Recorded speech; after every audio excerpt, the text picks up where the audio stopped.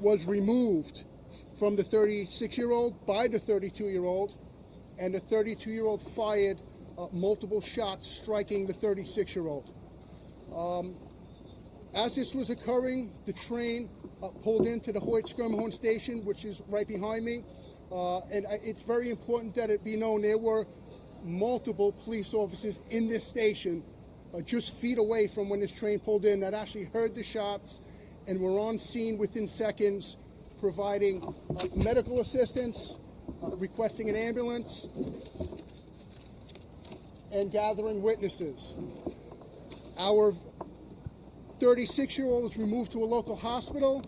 He's currently in surgery in critical condition, and the 32-year-old is currently with detectives.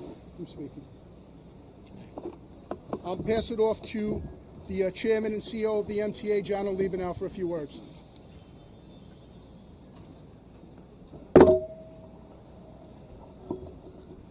You know, I sometimes say that the subway is a sacred space where we practice the world's greatest experiment in tolerance and diversity every day so people can live their lives in New York, the greatest city in the world. So when something like this happens, when you bring a gun on the train and you start a fight, it's not right, and it is absolutely outrageous. That's what happened here. Someone brought a gun on the train and started a fight. It's why we need to keep fighting against guns. It's why the mayor is trying to take guns off the street and had some success. It's why the governor is fighting these crazies who say guns should be able to be carried everywhere in the public space. Get rid of the guns. The victims here, as the chief said, appears to be the aggressor. But the real victims are the people I saw in those videos who are having a harrowing time because they're on a train with somebody with a gun.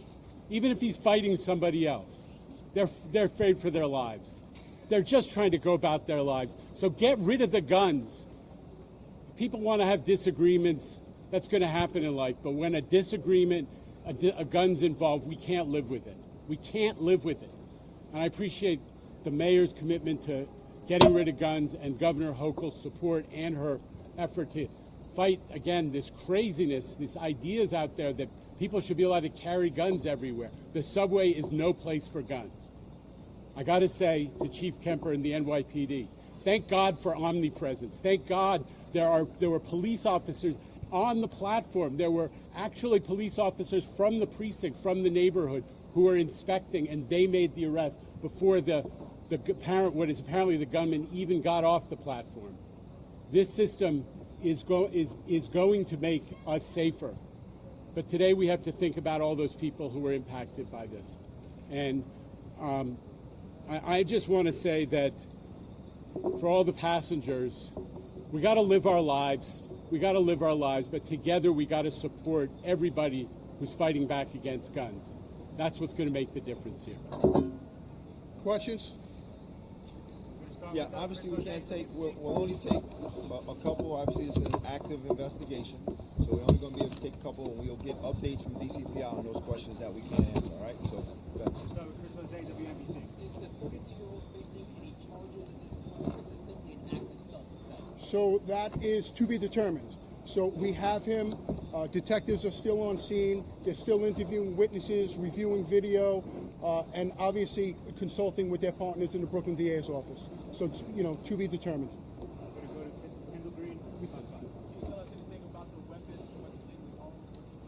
So there is a firearm that was recovered on scene. It's a small caliber firearm, in my opinion. It looks like a small semi-automatic, maybe a 32 or a 25. Don't hold me to it. But we didn't want to touch it and manipulate it and disturb it. It's part of a crime scene. I'm going to go to Bahar from WNYC. So as far as their relationship, unknown.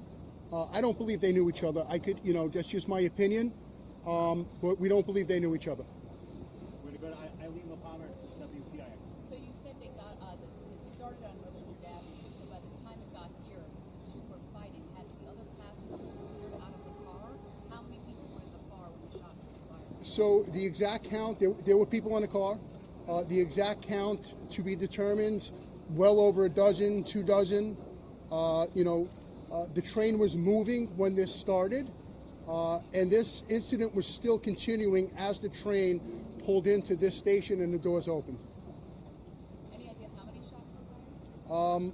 More than one. I'm going to go to Evan Simcoe, New York Daily. You guys have mentioned video a couple of times. Was this video shot by bystanders? Was this video taken on security cameras in the car, outside the car? So there were multiple witnesses on that train car that video recorded with their cell phones.